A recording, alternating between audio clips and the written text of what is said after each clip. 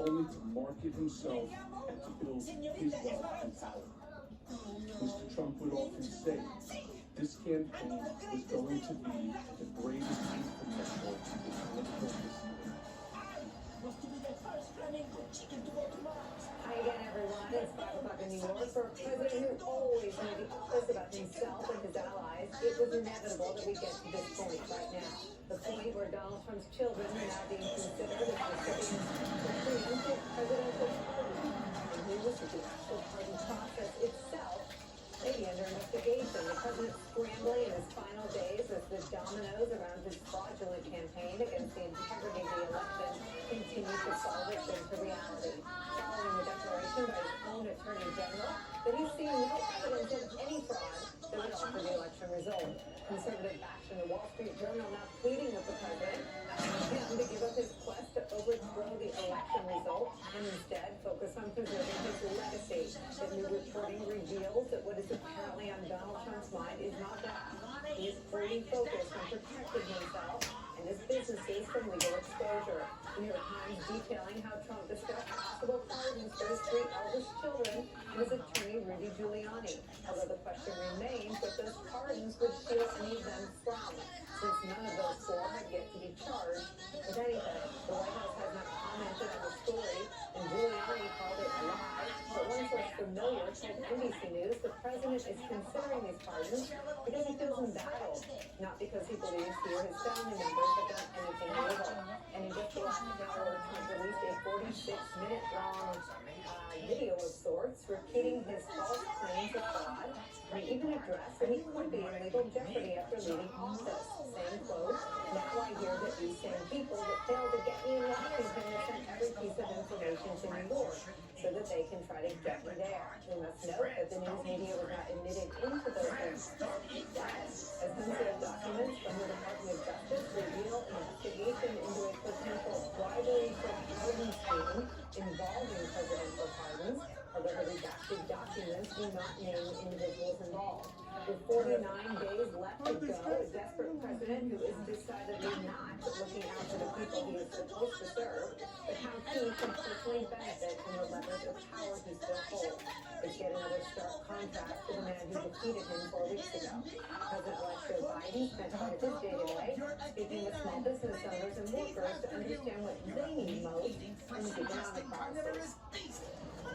I know times are both tough, but I believe that with the right policies we can fundamentally change things. When I think about the economy, I don't think about the gross domestic product or the state of the stock market. I think about families like yours, families like mine, families like I grew up in. And speaking of tough times and dollars and cents, Donald Trump's focus in that area is on his latest grift, a fundraising campaign for his small dollar donations from his own voters and supporters, ostensibly for a campaign to reverse the election. On that, Tim O'Brien at Bloomberg writes this, quote, "Trump has had multiple reasons for trying to change the election. He can't come to terms with the idea of being a loser. He faces legal and financial challenges that would have been made less harrowing if he could remain in legal office and continue enjoying the protections of the presidency. And now he should add another factor to the mix. Trump has discovered that running around claiming the sky is falling is a money-making proposition. A president willing to do whatever it takes to help himself and skirt the consequences on his way out the door is where we start this hour with some of our favorite reporters and facts. The aforementioned Tim O'Brien, senior columnist for Bloomberg Opinion, is back. Also joining us, Ben Rhodes, former Deputy National Security Advisor and MSNBC political contributor, and Olivia Choi is here, former top aide to Vice President Mike Pence on the coronavirus task force. Let me start with you, Tim O'Brien. You understand Donald Trump's maniacal focus on his own legal vulnerabilities and financial distress, if you will. David K. Johnson said in the last hour that Donald Trump understands at every level, mental and psychological and financial, just how vulnerable he is. It seems to be a piece of evidence about real time that Donald Trump himself talked about these numerous state investigations. Why do they have Trump at this point? Because there's a lot of traction there. Nicole, you talked about probably this for 5 years now, but there's 2 lenses. through which you can understand almost everything that Donald Trump does. It's either self-aggrandizement or self-preservation, and we're clearly in the self-preservation category with all of this. The New York State, the Manhattan District Attorney has a criminal investigation running that is both financially and legally perilous for the president. If he ends up charged and convicted for a crime, I think there's a high hurdle around that. But if it happens, he's not going to run again in 2024. And he's going to have to deal with the same legal consequences of his actions that all other mere mortals have to after they leave the presidency. I think, in the weeks ahead, what you're going to see is a person whose mind is on fire with the reality that he no longer enjoys all of these insulations and protections that the office has given him, that the Constitution has given him, and that his own party has broken itself apart to make sure he can continue to enjoy. And I think he's going to exercise every power he has in the next few weeks to avoid the consequences of all that. I think the fortunate thing is, well, now January 20th, the unfortunate thing is that still enough time for him to continue to taint the public's faith in the integrity of the election, to rip apart people from his own party and other Democrats as people of malfeasance and their will, and I think essentially to make Joe Biden's work much harder. I agree with all of those potentials for harm. Another one, though, Ben Rhodes, is to our national security. And I know John Bolton doesn't have a large fan base among any viewers here, but I believe used his indictment of Donald Trump as an example of how that is. It's so bad. John Bolton built it and turned on him and wrote a book about it. John Bolton has talked about his suspicion that the U.S. foreign policy as it pertains to Turkey and China have been corrupted by Donald Trump's business interests or personal interests. And I think there's some new reporting in Politico that Trump plans to restart foreign deals, breaking a post-presidency norm. On a regional debate, get your thoughts on this. Trump's namesake company plans to resume foreign real estate projects like luxury hotels as it grapples with the Times brand in the United States and the need to pay off hundreds of millions of dollars in debt. According to three people familiar with the plans, not to mention past public statements from Trump's children. Company officials have already vowed to look into more developments in India and will be expected to give a second look to projects they had considered in the aforementioned China and Turkey, as well as Colombia and Brazil before Trump entered office. This is another, I guess, failure of imagination. There aren't laws really governing what presidents can do when they leave office, but maybe after Trump there should be. I think so, Nicole. I've always thought that when it came to some of these relationships like Saudi Arabia, like Turkey, that the corruption wasn't necessarily going to be something that was fully apparent during the Trump administration. The payoff was very likely going to come on the back end of the administration. And look, there's already been uncomfortable questions raised in the past, where you've had the Saudis and the Kuwaitis and other oil-rich Gulf states, for instance, financing presidential libraries or paying lavish speaking fees. But I think here we're talking about a whole other order of magnitude of corruption in terms of the fact that the business model that Trump and Jared Kushner had probably imagined for themselves throughout these years in office was befriending autocrats who have access to massive amounts of wealth so that they could profit from that on the back end after doing 4 years of favor for these people.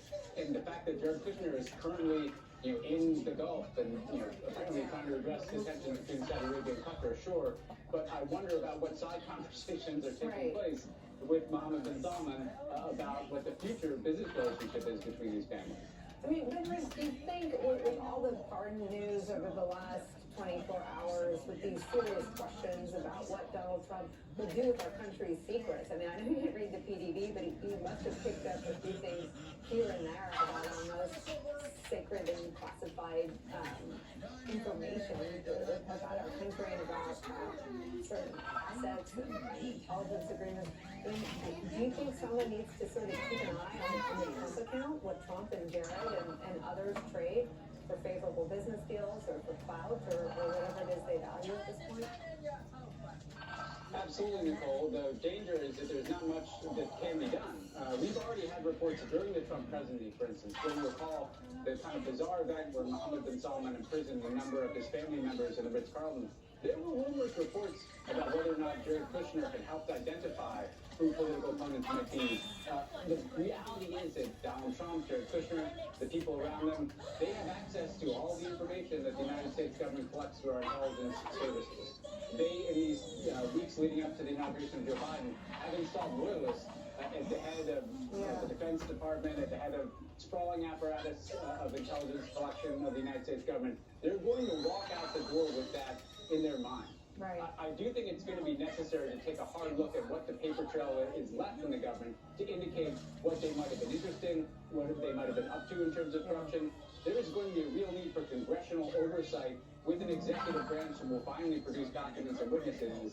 I think this is necessary for our national security. It has nothing to do with political retribution. It has to do with trying to understand how much our national security might have been corrupted or compromised. I want to bring it back to pardons with you, Olivia, and show you just how long Donald Trump has been thinking about and talking publicly about pardoning himself. This is him with Peter Alexander just a couple years ago. On the pardon power, do you believe that you are above the law? That you can pardon yourself? I'm not above the law. I never want anybody to be above the law. But the pardons are a very positive thing for a president. I think you see the way I'm using them. And yes, I do have an absolute right to pardon myself. But I'll never have to do it because I didn't do anything wrong. I don't need to do it because I didn't do anything, but if I needed to, I could. That was Donald Trump, many pounds and a few different hair colors ago, talking about pardoning himself, Olivia. Right, and that's classic Donald Trump sowing the seeds for paving the way forward on his plan. And he does this repeatedly. He did this, from day one. He perpetuates lies and sort of, he tells you what he's going to do. That's what's so crazy about this entire administration, his entire presidency. It's not like he's lying. He's very forthcoming with us about what he plans to do. That is why this is so incredible, right? I mean, no need to put him on a lie detector because he tells us straight out, step by step, my next move is this.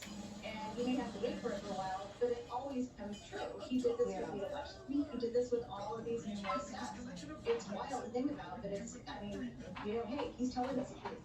This has always been, Tim O'Brien, how people like yourself that have followed him and covered him for many years have advised us to look at him. When he tells he's going to do something, he's going to do it. Believe him. And when you look at all this pardon reporting, they're really not denying that they're going to do it. Sean Hannity was out in front Monday night saying, I should pardon the whole family because Biden's obsessed with him. Biden is anything but obsessed with him. He's almost like this villain that won't be a villain. I mean, Donald Trump seems desperate to fight with him, and he won't engage him. He's left Chris Wray in place, which has to be driving Donald Trump berserk today. I mean, this is someone that just won't take the bait and play on the turf that he wants to play on. What do you think Donald Trump rails against as an ex-president? Well, he'll always rail against the demons that he wants to pretend exist, which are people that in various shades have stolen things from him. The late gossip columnist Liz Smith once said to me, she was from Texas, and she said, honey, the only thing you need to understand about Donald Trump is that he is a 7-year-old grown old. And there is an amazingly large amount of truth about that. He is an unhinged, dangerous juvenile delinquent who screams all the time about what he gets, throws tantrums when he doesn't get what he wants, and is willing to break the windows and break